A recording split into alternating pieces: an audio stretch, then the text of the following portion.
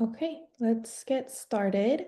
Thank you everybody for joining us. My name is Anna. I'm one of the enrollment coordinators for CIEE. I'm based in Southern California. So if you live in Southern California, Arizona, New Mexico, or Hawaii, I will be one of your enrollment coordinators. I'm also joined by Emily, Jojo, and Gabby. If you guys can unmute and just introduce yourself very quickly, that'd be great. My name is Emily. I am part of the marketing team at CIEE, and I'm located in New York. I'm Gabby. I studied abroad in London this past summer, and I'm located in the Seattle area. And I'm Jojo. I'm an alumni. I studied in Edinburgh, Scotland this past summer, and I'm based in the Minnesota area. Perfect. Thank you, everyone. And today's session is going to be about our arts programs. So for the first couple minutes, I'll share briefly about what CIEE is all about, and then I'll pass it over to our alumni to share their experience this summer. So we've been a study abroad organization for over 75 years now. We are experts at what we do. We're actually the largest and the oldest study abroad organization in America. We support over 40,000 students every year, and this includes high school students and college students that are coming into the US and also out of the US. So we have staff stationed all around the world, and we are capable of supporting over 40,000 students. We're also a nonprofit organization, which means that we're after a mission, not a profit. So our mission is to promote world peace by sending students abroad because our founder believed that if students exchanged their cultures, and this happened right after the World War II, that there would be more peace in the world. So that is one of our missions. And we administer one of the largest, actually the largest scholarship funding for US high school students. So we give away over $7 million worth of scholarships every summer. But if you combine all of our discounts and promotions, we actually gave away over $8 million this summer. Here are all of our study abroad locations. You can see there's some in Latin America, a handful in Africa, a lot in Europe and Asia Pacific. So just take a look. If our chat function was up, I would ask where everybody is interested in, but I don't think our chat function is working today. So I'll move on. So why study abroad? We like to frame it as FFF or Fun, Friends, and Future. And I know one of our alumni is going to be talking more about that. But studying abroad is fun. You get new discoveries every day. You have daily cultural activities and free time to explore. So, for example, I was sent to Singapore this past summer to support the Global Entrepreneurship Program. And we went ziplining. We went to Universal Studios Hollywood, and that was purely for fun. And I had a lot of, yeah, good memories with the students there. So, first of all, it's fun. Second, you'll get to meet new friends around the world and from around the country. So CIEE gathers students from all over the US and also some international students, and you go on the program together. So you're meeting people from everywhere and not just your school, and you make lifelong connections. So when I was again in Singapore, I saw friendships form from day one. And by the time it was time to leave, I saw some students exchange letters, exchange gifts, and I know that they still continue to talk today. It's also very helpful for your future. So if you take our language and culture courses, you get 4 college credits. Even if you don't take language and culture and you want to do arts program like this, although we don't offer college credit for that, you can definitely write it on your resume. It's a hands-on experience that'll develop your hard skills, which also helps you stand out in college applications. I believe the statistic is less than 2% of high school students study abroad during high school. So if you put on your college application that you studied abroad in high school, that automatically makes you stand out.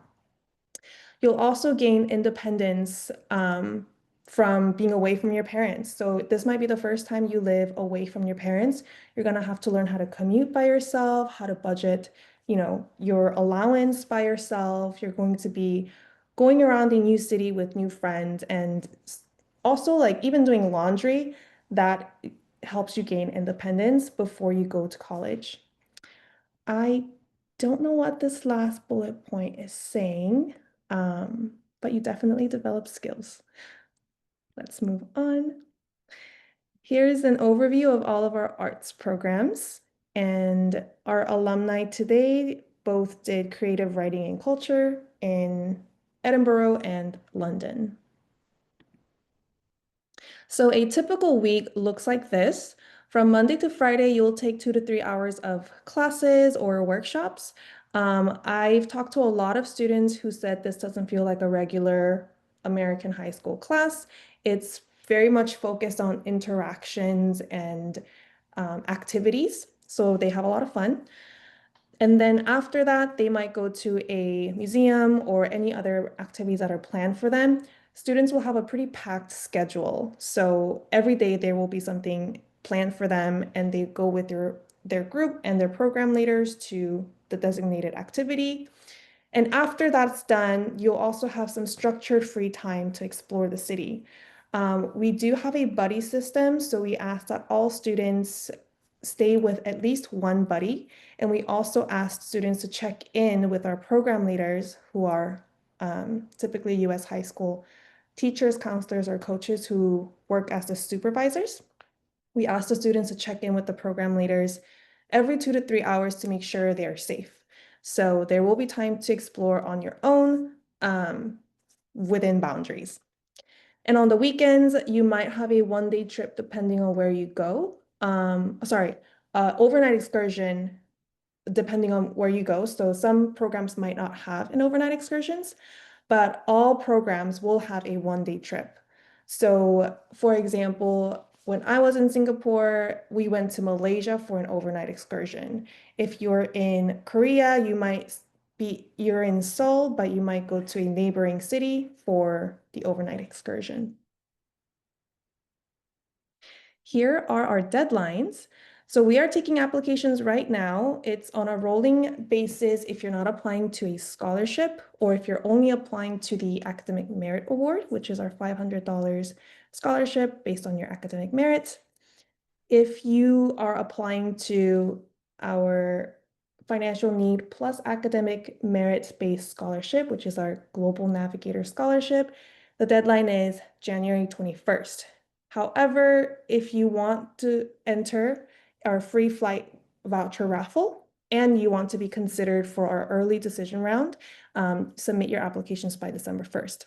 And what I mean by the early decision round is if you submit your Global Navigator Scholarship, which is the financial need-based scholarship, by December 1st, you'll find out your result middle of December rather than middle of February, which is the normal timeline if you apply by January 21st. And I know I sped through this, so if you have any questions, feel free to raise your hand or ask in the Q&A chat at the end of our meeting. Okay, and I will now pass it on to Gabby Rodriguez. Thank you. Hi, everyone. Again, I'm Gabby, and I went to London this past summer to study creative writing.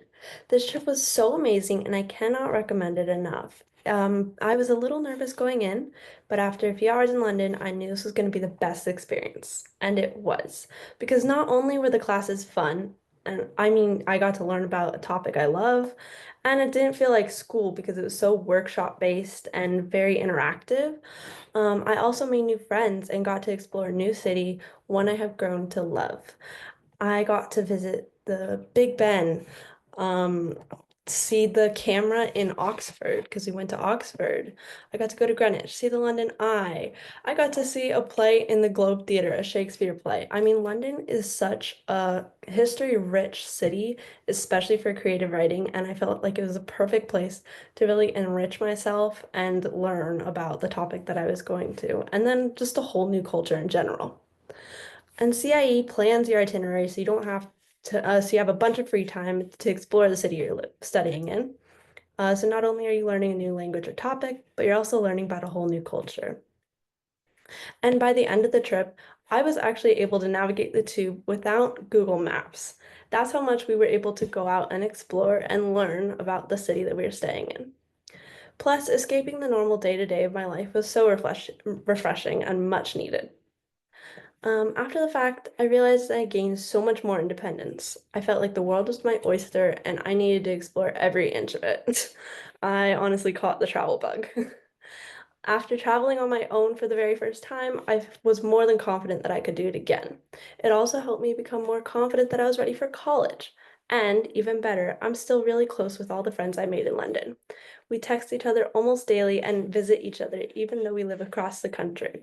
Some in Colorado, California, Pennsylvania, Virginia, and then me in Washington State. I feel like I can confidently say that my 3 weeks abroad were the best 3 weeks of my life so far.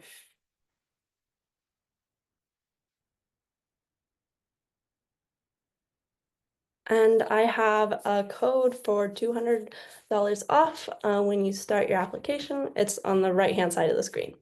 The other one is if you want to scan to learn more about CIE and go to their website. Awesome. Thank you so much. I'll pass it on to Jojo now. Hi, I'm Jojo. I studied in Edinburgh, Scotland. And my presentation is kind of focusing on the 3 Fs, the fun, friends, and future. And these are some photos from our overnight trip with which my program did do.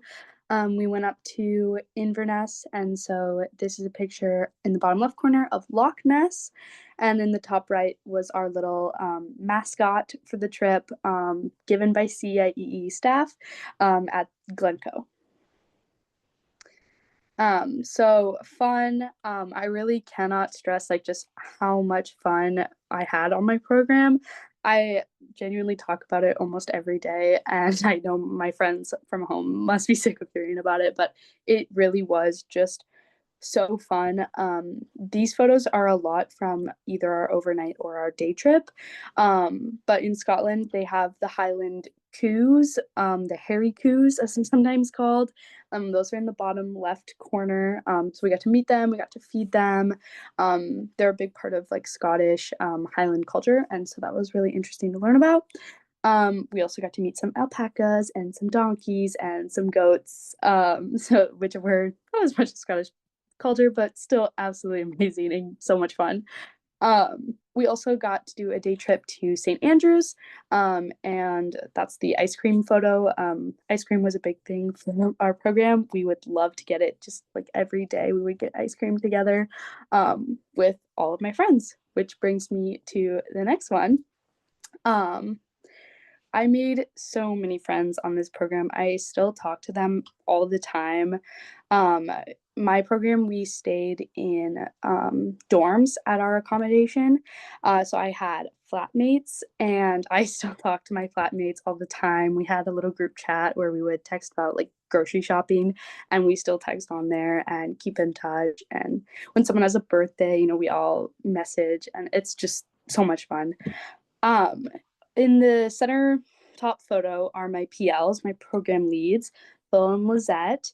As Anna mentioned earlier, you would do check-ins during free time every 2 hours, and we called them proof of life photos. So every 2 hours, you would send your PL a photo of you and like whatever like group partner you were with and what you were doing, and so we called them our proof of life photos.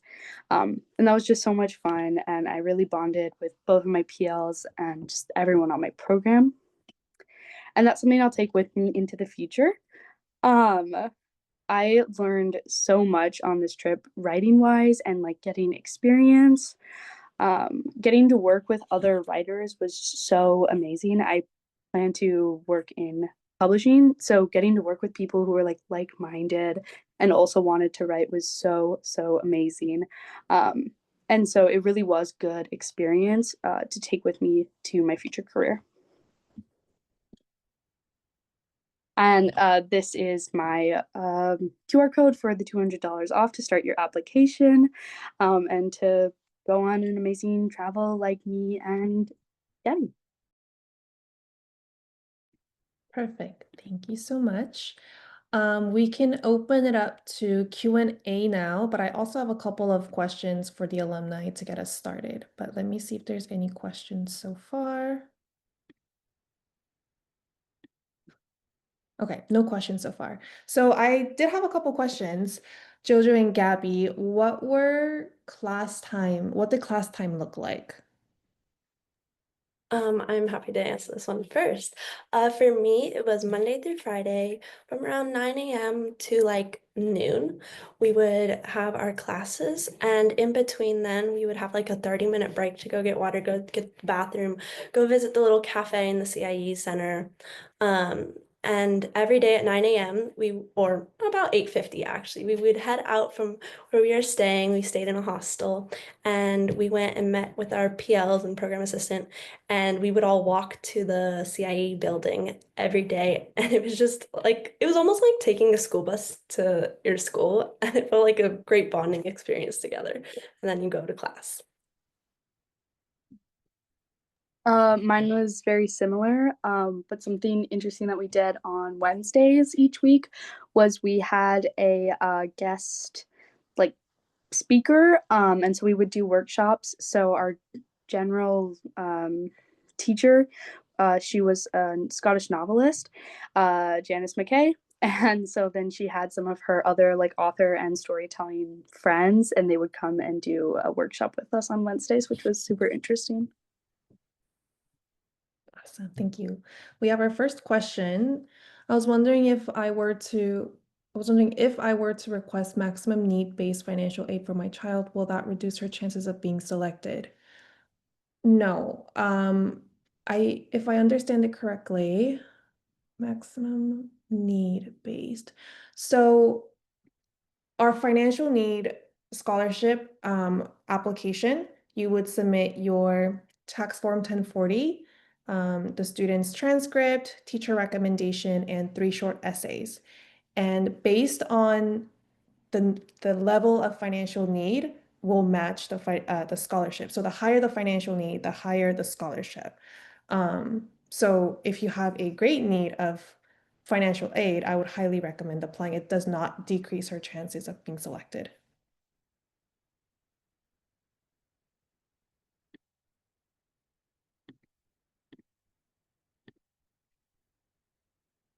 And feel free to ask any questions towards Jojo, Gabby, or myself. Yes, could you please talk about accommodations? I can give a overview of accommodations and maybe we can have the alumni talk about their accommodations. So for our language and culture programs, we always place the student in a homestay because that is a key part of that language immersion. But for arts programs and all other topic programs, which are our non-language programs, they can either stay in a homestay, hotel, hostel, or dorm. If they're in the homestay, they will have obviously the homestay family who are looking over them. If they're in a hotel, hostel, or dorm, we'll have our program leaders live in the same accommodation. So if they need anything, they can reach out to their program leaders. So Jojo, do you want to tell us about your accommodation? Yeah, I briefly mentioned, but we stayed in dorms. And so the way it worked is we had our own bedroom and our own bathroom, but we would share a common like living room and then kitchen. And so for meals and whatnot, we had a stipend. And so we would go grocery shopping with our flatmates, and we would, cook together and watch TV, and it was a good time.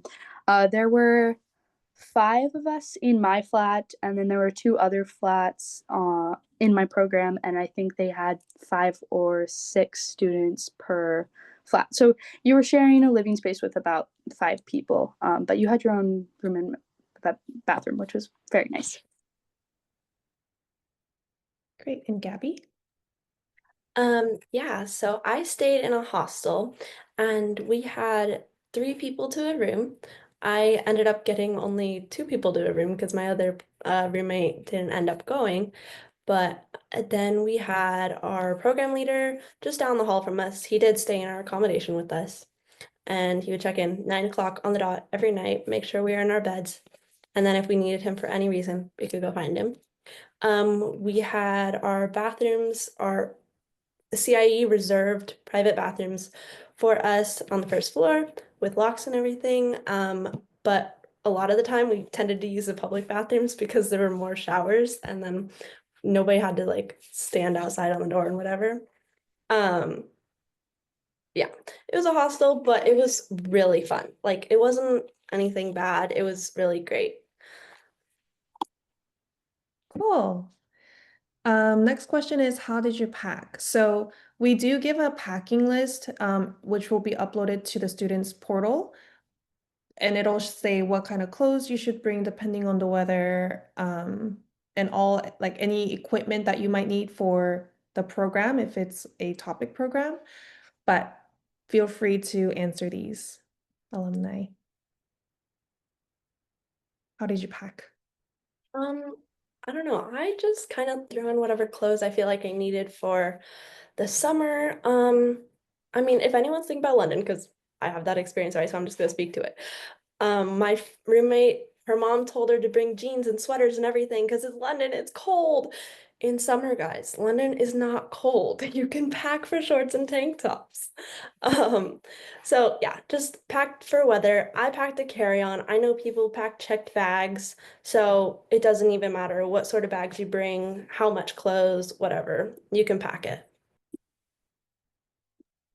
Yeah, I had a similar sort of like Scotland is cold, Scotland is rainy, and it definitely is rainy. So if you're considering going to Scotland, definitely still bring like a raincoat and an umbrella. Those were lifesavers. But there were also definitely days where it was, 70s or 80s, and it was very humid, so it was much hotter than that. So yeah, just kind of like looking up like the weather that you can expect at that time of year is a good idea. And then CIA's packing list and just kind of generally thinking like, okay, what do I absolutely need like on a day-to-day basis?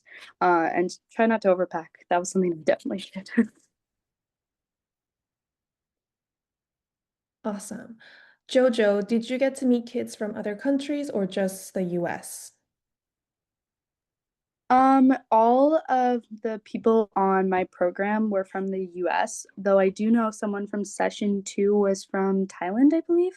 So I do know session 2 kids got to meet some other international students. But we did meet some Scottish locals because they were still in school during session 1. And so we did get to meet some like local kids and we went to the mall with them and whatnot.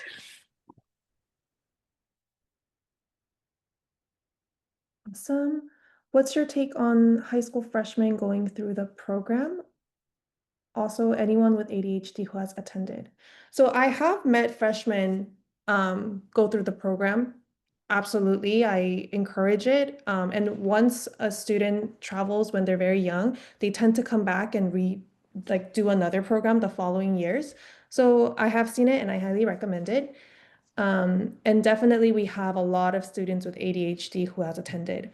So what happens when your enrollment is confirmed, there will be new tasks added to your portal, one of which will be your health documents. So we have a health form that you need to take to your doctor and they have to fill it out to make sure that you are healthy enough to go on the program. So if your student takes any medications, if your student has any disability needs, anything like that will go on that document. And if we need to follow up with you, we'll schedule a call with the parents and we'll make sure that we can accommodate the students.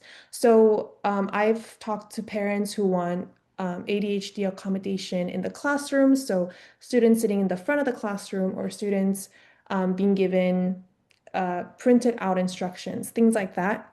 And those definitely we can discuss as they come. Next question, if you stay in a hotel, about how many people would stay with you? Um, from what I saw in Singapore, it was 2 students per room. I don't know if, I mean, I'm sure it depends on how big each hotel room is. Um, Jojo and Gabby, you weren't in a hotel, right? You were still in dorm? Okay. I want to say it's 2 to 3, depending on the hotel size. Okay, next question. Did you have any sort of cultural workshops? Specifically, did you learn about certain etiquette in your respective destinations or about the history of your cities? Great question. Who wants to take it? I'll take this one first.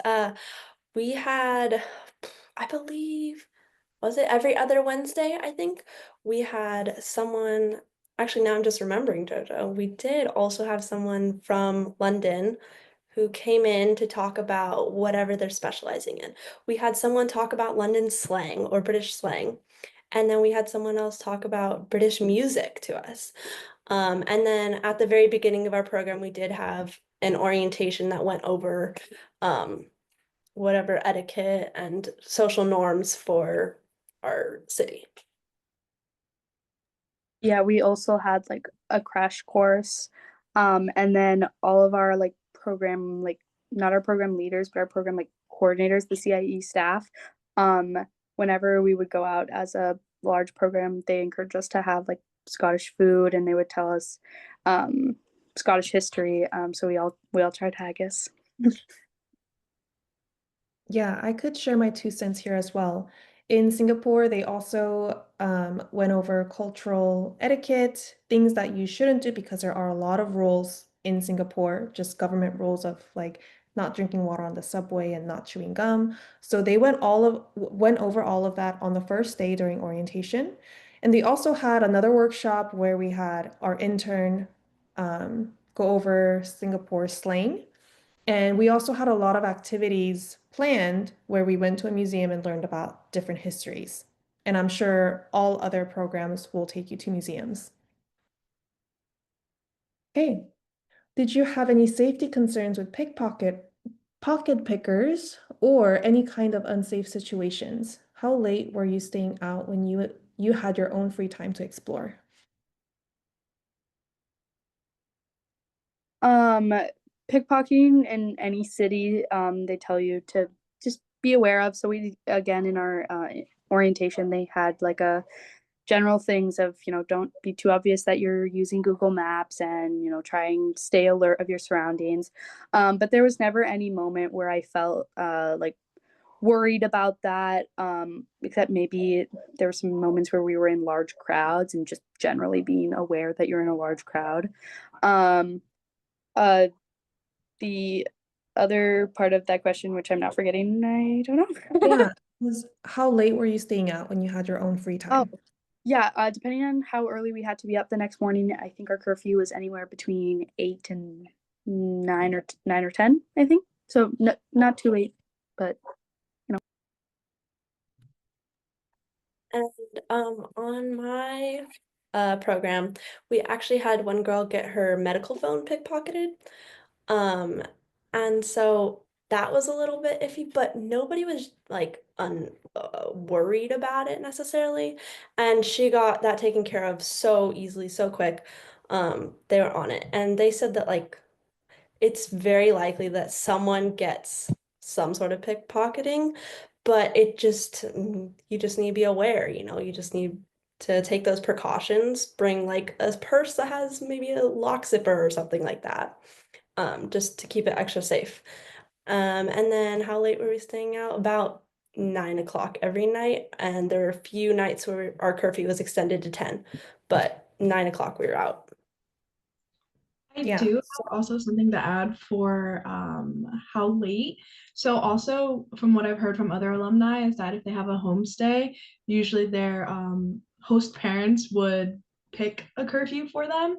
So it also depends on like what they're comfortable with. So yeah.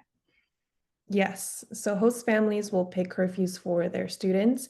And for art programs or any topic programs, our center staff will determine the curfew based on the safety of the city. So if they think that the city is safe at 9 p.m., then your curfew might be later. But if they don't feel that safe, then it might be 8 p.m., 7 p.m., totally depending on the center staff's discretion. Follow-up question for Gabby, because I'm curious. When your friend got pickpocketed, how did they handle it and how was it resolved?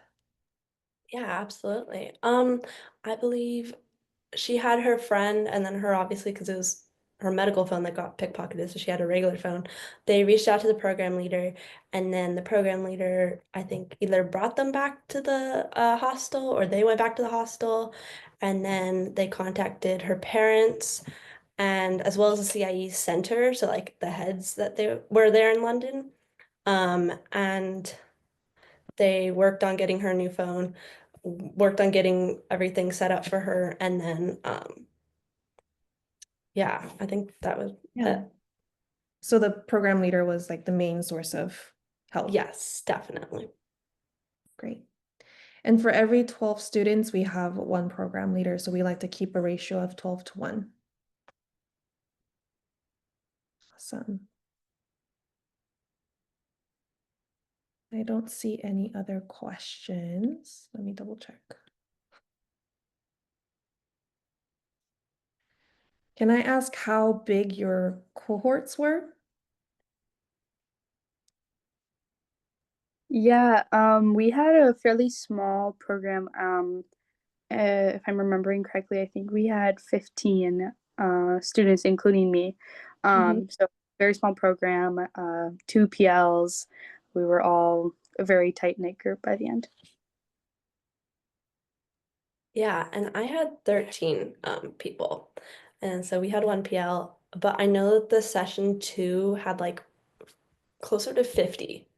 So it really does depend on when you're going. Yeah, absolutely. I think I've seen yeah, programs as small as 15 and the larger programs can go up to 80, 90 students. All right, we have a couple more questions. Do you need to know the language of the country you're studying in? They spoke English in the UK for both of us, so I don't know. Right. So no, if you're in a topic program, you do not need to speak the language. All the classes will be held in English, and they will have like 1 or 2 workshops on how to say the basic phrases so you can get around the city and not have a problem. But no, you don't need to know the language. And for language and culture, you also don't need to know the language. You can be a complete beginner, and we offer courses for all levels, but that's a separate topic. Is it competitive to be selected to the program? Um, that depends on various factors. If you're applying to our Global Navigator Scholarship, yes, it is very competitive. We have lots of students signing up every year. And so we'll look at your academic merit based on your transcript, 3 short essays, and teacher recommendation, and that'll determine your score. And we have a highly trained board of scholarship review board who will score it blindly, like need blind, and they'll score it based on the student's academic merit, and it's a whole process. So that is very competitive. The academic merit award, I would also say, is competitive because it's a scholarship. For direct enrollment, which is applying without a scholarship, it's on a rolling basis, first come, first serve. But if depending on which program you're going to, it could be competitive. So for example, our Japanese language and culture in Tokyo is like our top most popular program, which means a lot of students are applying. So if you wait until January, February, then it might already be full. So I highly encourage applying sooner. And then, what advice do you have for a student who will be going to Scotland this summer? Like how to best enjoy the experience?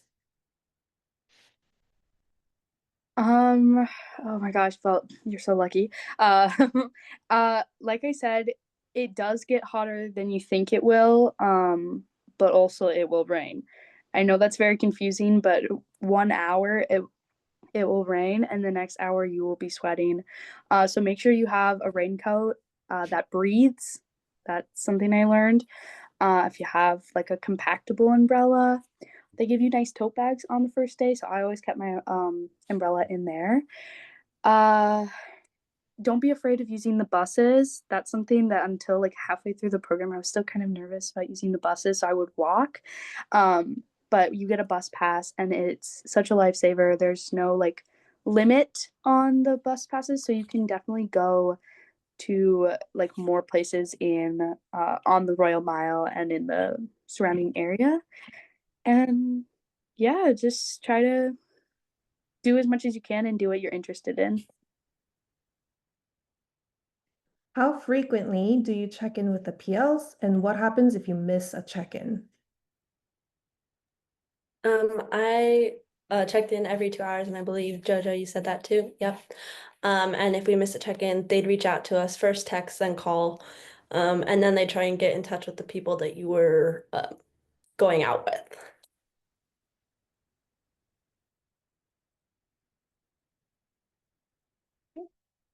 What are some things that make you stand out in the application process?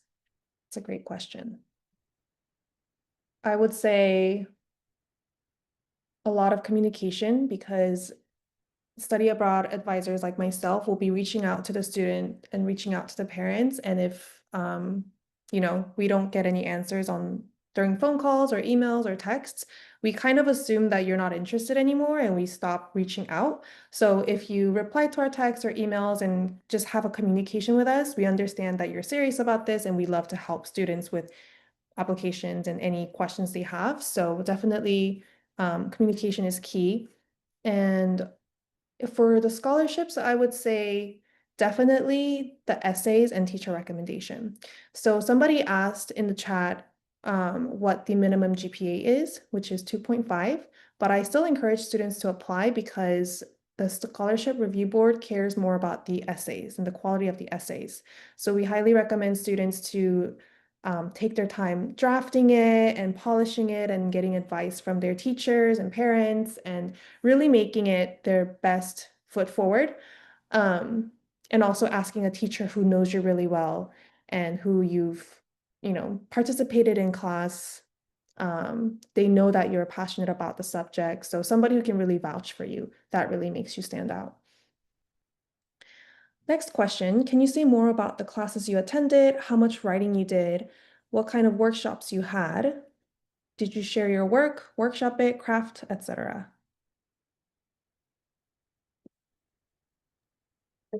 Um, so how much writing? We did a writing exercise every class.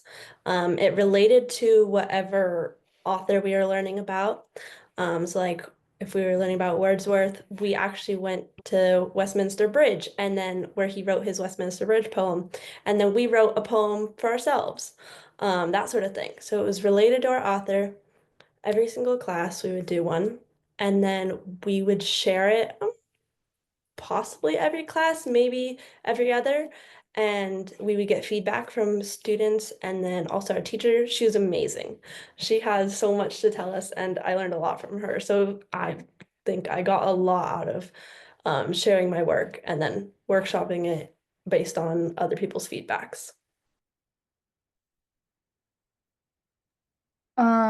We didn't really study any specific authors. Our program was sort of divided into setting, characters, and plot. And so each week we kind of focused on that. So for setting, I just really remember going on like nature walks and city walks and then like writing about that experience. For sharing, it was optional, but obviously we were highly encouraged. And like Gabby, I got so much out of sharing with my instructor. She also gave us the opportunity to submit to her like a portfolio, and she gave us like feedback on like everything, which that was really insightful. And yeah, oh, the workshops, we did a workshop on map making, storytelling, and like jewelry crafting. So it was less writing based, but it was still artsy. Cool. From Emily, we have, what grade were the majority of the kids on your program in? I studied Spanish language and culture session 2 last summer, and majority of students were going into 11th and 12th grade.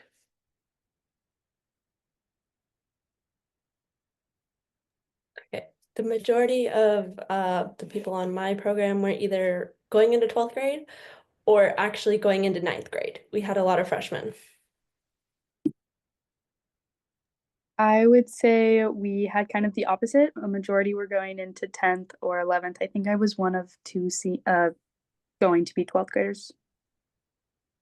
And just to clarify, if you are in 8th grade, you can't apply to our study abroad programs yet. So Gabby, I think you mean there's freshmen going into sophomore year, correct? Oh, maybe so. Sorry. Yes, no worries. Okay, I think those are all of our questions. I have one final question for you too. Um, how did studying abroad, specifically creative writing, shape what you want to do in the future? Did you already know that you wanted to be a writer, or did you discover that you like writing through the program? So how is it informing your future? Um, I knew I wanted to work in publishing in some capacity going into this program. Um, but I think this program definitely has influenced me to maybe try and be an author.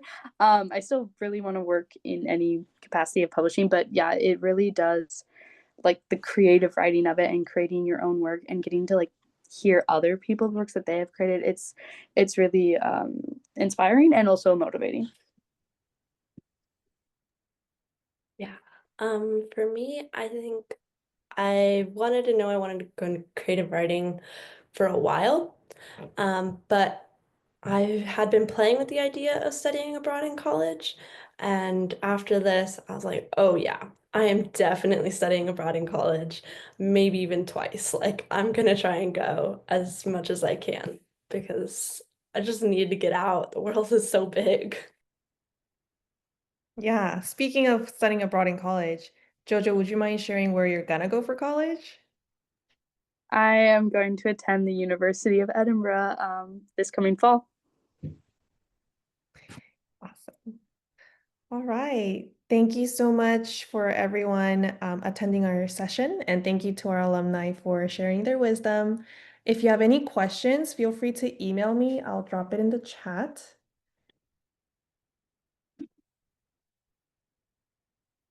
So you can email me at hsabroad@ciee.org if you have any questions. Thank you, everyone. Have a great evening.